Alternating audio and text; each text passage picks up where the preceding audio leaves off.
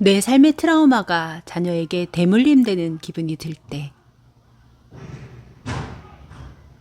천재가 될 수밖에 없었던 아이들의 드라마를 통해서 아이와 나의 이야기를 해볼까요?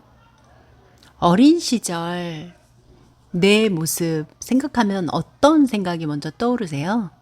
대부분의 사람들은 어린 시절 하면 행복했어, 좋았어 라고 뭉뚱그려서 생각하는 경향이 있습니다.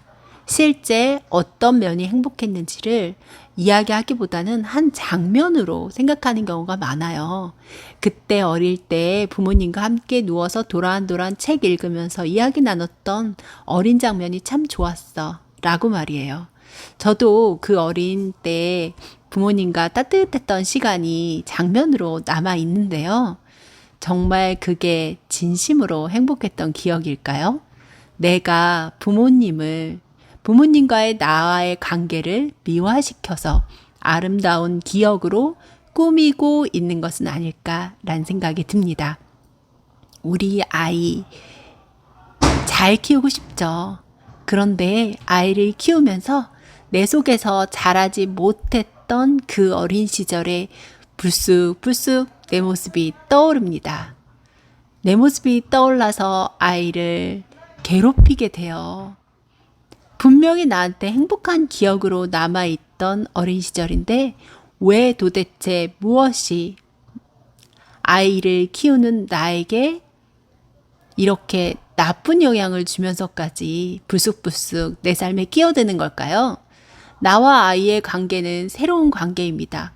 부모님과 나와의 관계와는 달라요. 그리고 지금은 환경도 많이 달라졌죠.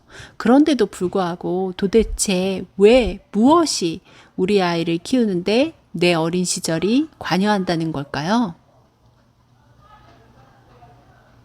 우리는 어린 시절 부모님을 생각할 때 어떤 생각을 하시나요?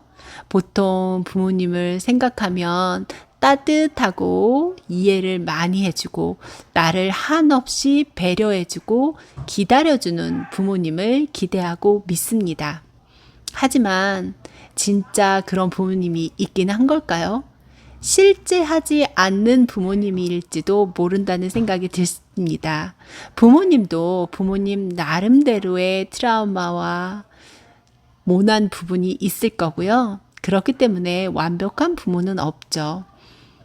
아이는 그런데 그런 완벽한 부모를 꿈꿉니다.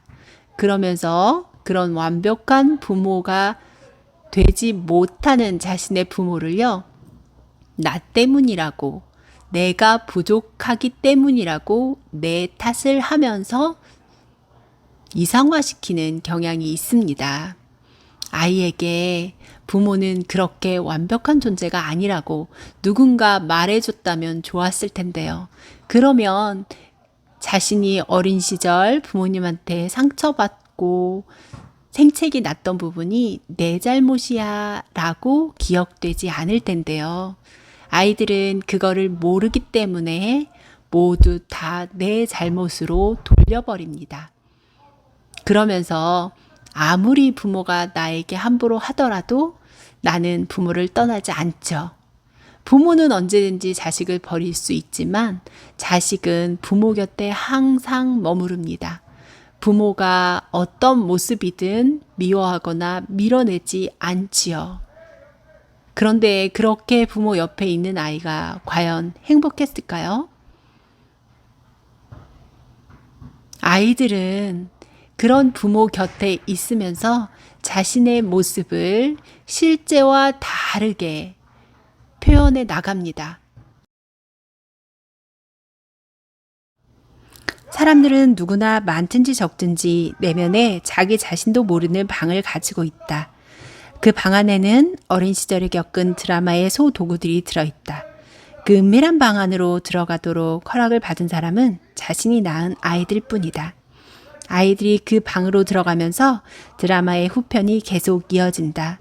그런데 아이들이 자신들만의 힘으로 그 소도구들을 자유롭게 가지고 놀 가능성은 거의 없다. 아이가 부모가 선택한 소도구를 가지고 놀면서 서서히 아이의 역할과 삶이 부모의 삶과 뒤섞인다. 영리하고 주의력 깊고 섬세하고 부모의 안녕만을 바라면서 부모 곁에 늘 머무르는 아이로 말이죠. 부모가 힘들 땐 언제든지 달려가는 그런 아이가 됩니다. 그렇지만 이렇게 부모에게 헌신하고 부모의 눈치를 보고 부모의 통제를 받으면서 자라는 아이는요, 계속해서 연기를 하게 되죠. 진정한 자신의 모습을 형성하지 못하고 자아를 찾지 못하는 비극적인 삶을 살게 됩니다.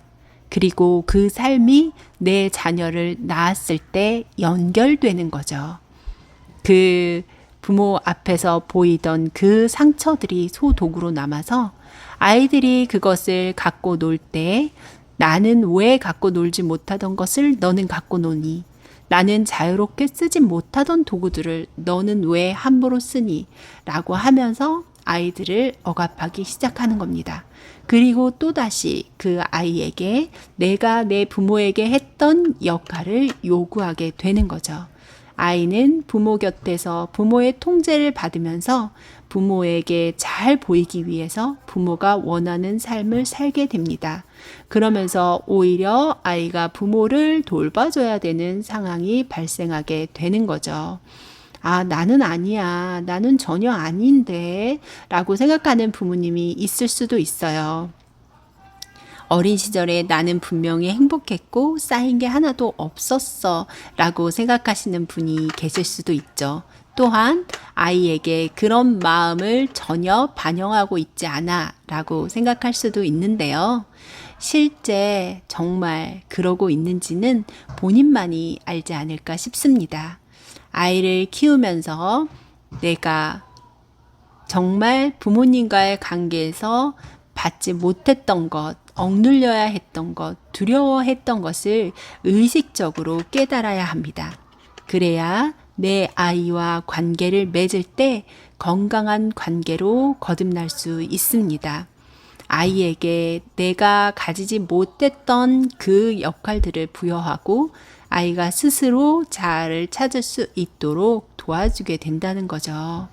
언제까지 내 어린 시절의 트라우마에 머물고 그것을 직면하지 못하고 아름다운 한 장면으로만 기억하게 된다면 아이에게도 내가 했던 애어른의 역할을 그대로 반영하게 될지도 모릅니다. 아프면 아프다고 말할 수 있어야 하고요. 내 삶을 살고 싶다고 말하는 아이로 키워야겠죠.